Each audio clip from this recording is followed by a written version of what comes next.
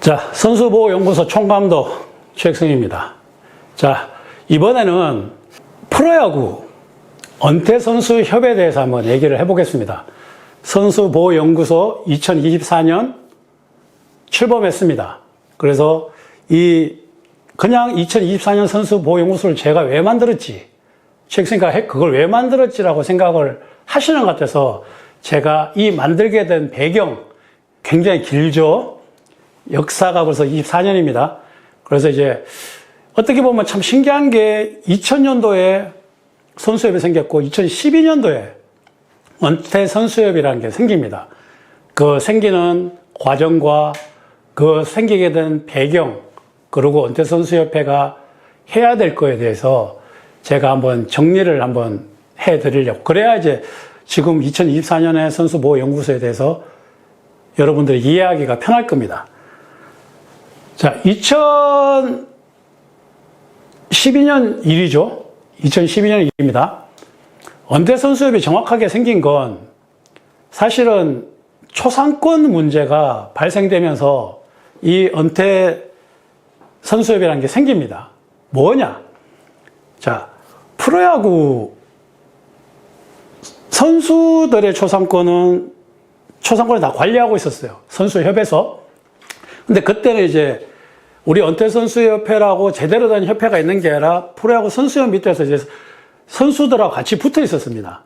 같이 붙어 있었고, 그 붙어 있는 과정에 초상권, 그러니까 마구마구라는 데서 게임을 하고 있었는데, 그 마구마구라는 데서 게임을 하고 있는 거기에 초상권이라는 게 있었는데, 은퇴선수에 대한 초상권이 전혀 보장이 되지 않았고, 어떤 보호가 되지 않았고, 그리고 저희한테 돌아오는 게 하나도 없었습니다. 저희 이름을 사용하고 저희의 어떤 컨텐츠를 쓰면서 선수들은 뭐 KBO가 관리하고 선수협이 관리하니까 정리를 하겠지만 은퇴 선수들은 전혀 없었습니다.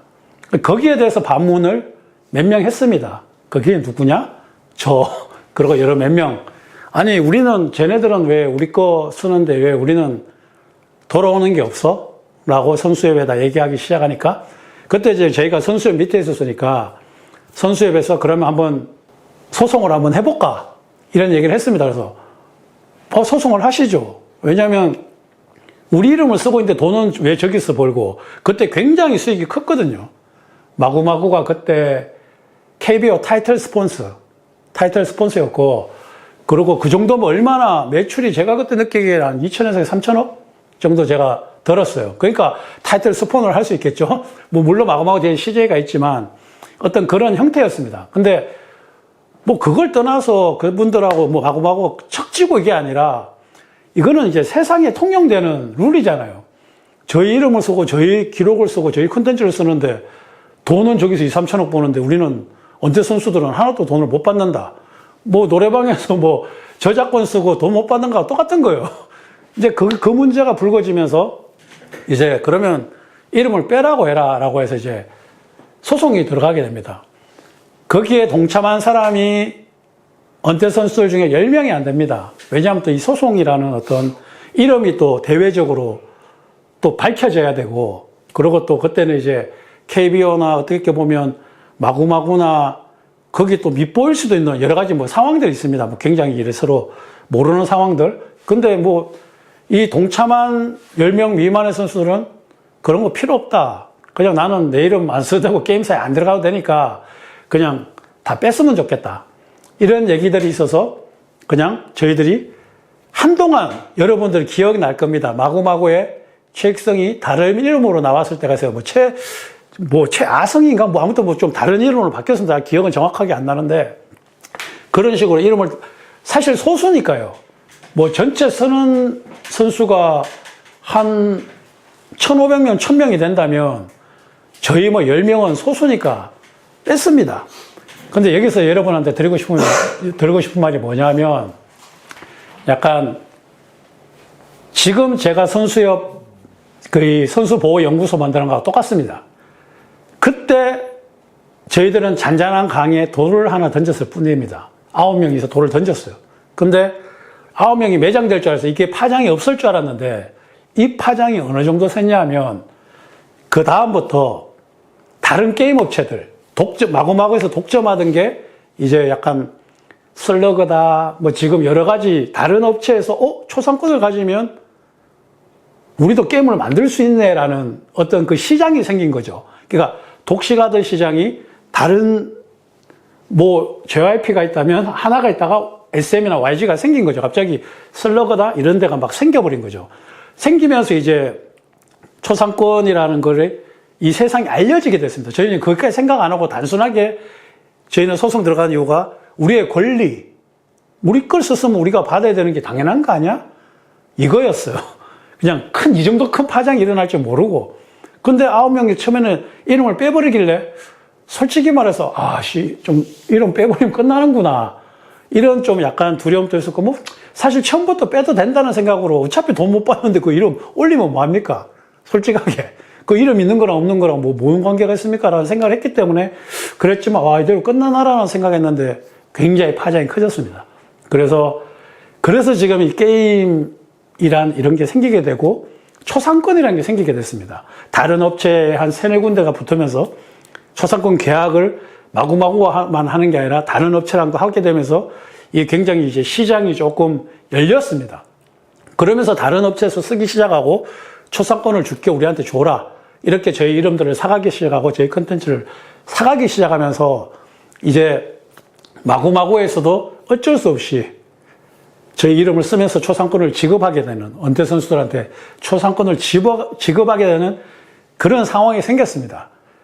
자, 최초로 이제 은퇴 선수들에게 수익이 나기 시작했는 이게 첫 번째 그겁니다. 그러니까 이 은퇴 선수업을 얘기하는 이유가 이 수익이 나는 시점부터 은퇴 선수업이 생겼기 때문에 제가 이 얘기를 하는 겁니다. 그래서 제가 그때 은퇴 선수업이 선수업 산하였을 때 여러분들 가만 생각해 보십시오. 자, 프로야구는 1984년? 그때 생겼는데, 4년에 생겼나요? 6년? 아닌가? 2년? 82년에 생겼다. 그렇죠. 82년. 예, 1982년에 생겼는데, 사실, 프로야구 은퇴 선수협의 그럼 기준은 뭡니까? 우리가 선수협 밑에 모여있는 건 2000년도에 생겨서 돈을 내기 시작한 사람들 여기 모여있었어요. 근데, 그 위에 어르신들, 82년도부터 계셨던 그 어르신들은 적이 없어요. 갈 데가 없는 거예요. 그래서 타 회에 들어가 있었습니다. 타 회가 뭐 백구에도 있고, 일구에도 있고, 뭐 명구에도 있고, 굉장히 타 회가 많아요. 아까 얘기했던 협회가 생각보다 많습니다. 그 협회에 들어가서 어르신들이 계셨는데, 저희가 이제 초상권이 생기고, 좀 이제 프로야구 선수협, 은퇴 선수협이 조금 성숙해지는 2012년 정도에, 그럼 우리가 프로야구 은퇴 선수협이란 건 좀 대승적인 차원에서 너무 이래 나누지 말고 하나가 되는 게 어떻겠냐. 왜? 여러분, 군대도 뭐 제한군인회가 있고, 해병대가 있고, 뭐 특공대가 있고, 뭐 다 있잖아요. 해병대가 있고. 근데 야구도 명구회가 있고, 일구회가 있고 있지만, 프로야구 은퇴 선수협이란 게 이제 독립적으로 생기면서 82년도부터 생겼던 뭐 백인천 감독님, 김일곤 선생님, 뭐 선배님, 그런 분들이 흡수가 좀 같이 함께 가야 이게 정말 대성적이고 커지지 않겠냐. 이런 생각을 했습니다. 왜냐하면 아까 말대로 우리가 모여있는 건 1999년도, 2000년부터 회비를 낸 사람들, 회비를 내면서 선수를 만든 사람들, 그리고 앞에 82년도에 출발은 했지만 이까지 오는 과정에서 그냥 계셨던 분들, 그분들하고 나눠져 있었기 때문에 이거를 통합해야 된다는 게 저희 후배들의 생각이었습니다. 그렇게 해서 프로야구 은퇴 선수협을 출발시키고, 그 프로야구 은퇴 선수협은 말 그대로 저희가 프로야구 선수가 몇 프로 됩니까? 굉장히 작은 퍼센테이지잖아요. 뭐 4%, 3%? 전체적으로 보면 뭐 지명은 10% 된다고 하지만 전체적으로 보면 뭐 10%보다 훨씬 낮습니다. 매년 10%니까 이걸 또 합치게 된다면. 근데 그런 선수들이 나와서 사실 제가 이걸 만들게 된 가장 결정적인 계기가 조성민 선수가 그렇게 자살을 하고 뭐 은퇴 선수들이 나와서 여러 가지 일들을 겪는 거 보면서 조성민 선수하고 저하고 하등의 관계가 없습니다. 본 적도 없고. 근데 그렇게 유명한 선수들도 나와서 이런 결정을 하는데 과연 우리 선수들이 은퇴했는 선수들이나 선배들은 뭘 했냐? 은퇴 선수들의 협회가 만들어지면 좀 보호해 줄 수 있는 장치가 생기지 않을까? 그리고 나온 90%, 은퇴를 하고 나온 90%, 10%는 사실 감독, 코치 해설합니다. 은퇴하면 한 10% 정도는 감독, 코치 해설하는데 90%는 세상에 나옵니다. 그 세상에 나왔을 때 과연 이 친구들을 위해서 뭘 해야 되나? 선수협 만들었습니다, 제가. 선수협 만들면 다 될 줄 알았어요. 근데 또 나와서 보니까 은퇴 선수들이 또 세상에 나와서 할 게 없는 거야. 그리고 너무나 힘든 삶을 살고 있고 그걸 보면서 또 초상권도 나오고 해서 이렇게 만들었는데 확실히 돈이 도니까 돈이 도는 순간 문제가 생겨요. 항상 여러분들 다 알죠? 협회에 다니신 분들 다 알 겁니다. 예, 한국에 돈이 돌면 문제가 생겨요. 정말 합치려고 했던 대승적인 이 문제가 결국은 합치지 못하고 2012년간 지금 왔습니다. 근데 이게 굉장히 단순한 문제거든요. 뭐냐? 태생이 뭐냐만 보면 됩니다. 태생이. 자, 내가 해병대에 들어서 해병대에 나왔나? 내가 특공대 가서 요번 강철 부대도 있잖아요. UDT 가서 UDT에 나왔나? 707에 가서 707에 나왔나? 이것만 생각하면 되는데 이게 돈이 돈다고 707 왔는 사람이 딴 데 가고 딴 데 가고 딴 데 가고 이러면 해병대에 가서 이렇게 있고 다른 뭐 방위들하고 가서 이렇게 하면 안 되잖아요. 그분들을 무시하거나 잘못된 게 아니라 이런 각자의 색깔 해야 될 일들이 다 따로 있습니다. 세상에 기여해야 될 일, 굉장히 이런 게 따로 있어요. 그러면 프로야구 은퇴 선수들 극히 소수 6, 7%가 되는 선수들이 세상 나오면 그 선수들이 뭉쳐서 그 선수들부터 보호가 되고 그 다음에 이 선수들이 세상에 무슨 일을 해야 되나? 후배들을 어떻게 이끌어야 되나? 이런 고민들을 해야 되는 게 프로야구 은퇴 선수 협회입니다. 그래서 만들었습니다. 그리고 아까 얘기했던 초상권 문제가 그래서 발생이 되고 이래서 이 은퇴 선수들이 초상권을 그래도 지금 그나마 몇백씩 1년에 굉장히 작은 돈입니다. 몇백씩 받고 있습니다. 근데 지금 은퇴선수협회의 어떤 뭐라 그래야 되나 존재가 희미해집니다. 그래서 지금 제가 이 스토리를 계속 얘기하는 겁니다. 그러니까 은퇴선수협회도 선수협회하고 똑같아요. 지금 있는 친구들이 왜 만들었는지 몰라. 그러니까 이 친구들의 잘못이 아니에요. 지금 있는 분들의 잘못이 아니야. 제가 봤을 땐. 이 앞에를 제대로 얘기 안 해준 사람이 나는 잘못됐다고 생각을 해요. 그래서 제가 제대로 얘기를 하는 겁니다. 왜냐하면 저는 이 태풍의 눈 안에 다 들어간 어떻게 보면 좀 도라이죠. 유일한 사람이거든요. 그래서 지금 누구의 탓, 지금 선수협의 탓, 지금 프로야구 은퇴 선수협의 탓이 아닙니다. 이걸 제대로 얘기 안 해준 사람들의 잘못, 거기엔 저도 들어가 있었습니다. 제가 아까도 얘기했지만 서두에 관망하고 그냥 내 혼자 얘기하면 뭐 하겠노? 내가 얘기한다고 변하겠냐? 약간 이런 각오로 이렇게 좀 보냈습니다. 그러니까 그러다 보니까 지금 은퇴선수협도 갈 길을 잃었어요. 왜냐하면 이 친구들이 이걸 모르니까요. 지금 어떻게 만들어졌고 이 친구들이 선수협의 형입니다. 아까 얘기했지 자부심을 가져야 돼요. 이 친구들이 돈을 내서 지금 여기 있는 친구들이 돈을 내서 선수협이 지탱하고 2024년까지 지탱된 겁니다. 아까 2000년부터 2001년, 2002년, 2003년 그런 자부심도 가지고 서로 존중과 배려를 해야 됩니다. 여기는 이 세상에 둘밖에 없는 형제입니다. 형, 동생이에요. 예. 이 친구들이 서로가 뭘 해야 될지 모르고 형제가 없으면 어떻게 한국 야구가 발전을 하겠습니까? 그러니까 모른다는 건 누가 만들어놓은 사람이 얘기를 안 했습니다.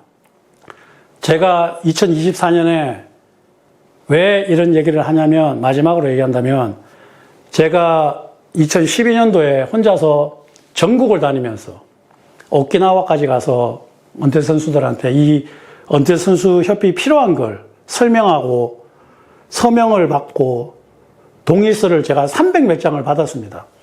그래서 출발을 시켰습니다. 출발을 시키고 저는 다른 분들을 다 회장님, 총장님, 왜냐하면 저는 원래 처음부터 통합이 목표였으니까요. 앞에 계셨던 분들 다 모시고, 백인창 감독님도 모시고, 김일권 선생님도 모시고, 저는 약속을 지켰어요. 다 모시고, 그분들한테 자리를 드리고, 그렇게 해서 저는 이제 나중에 돼서 나오게 됐죠. 근데 이 갈 길을 잊으니까 어떤 후배가 굉장히 유명한 후배입니다. 지금 프로야구 감독 코치들이에요. 나보고 형 잘못돼 있대. 그래서 왜 하니까 형이 만들어 놓고 형이 피하니까 저래 된 거 아니야. 그러면서 하는 말이 형이 씨 뿌려놓고, 그러니까 형이 애를 낳아놓고 키우지 않고 가니까 애가 지금 어디로 가야 될지 잘못 크고 있는데 형 그냥 가만히 있을 거냐.